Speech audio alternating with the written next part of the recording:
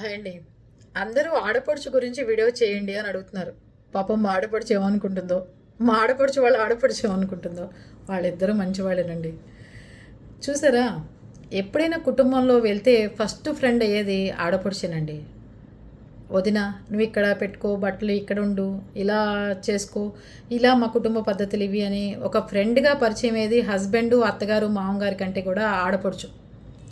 వెళ్ళంగానే ఒక ఆడపిల్ల మనకి మన వయసు ఆడపిల్ల కనపడుతుంది, చక్కగా మనతో పాటు బాగుంటుంది, మన ఇంటికి వచ్చిన వదిన్ని మనం బాగా చూసుకోవాలని ఆడపడుచుకు కూడా అనిపించాలి.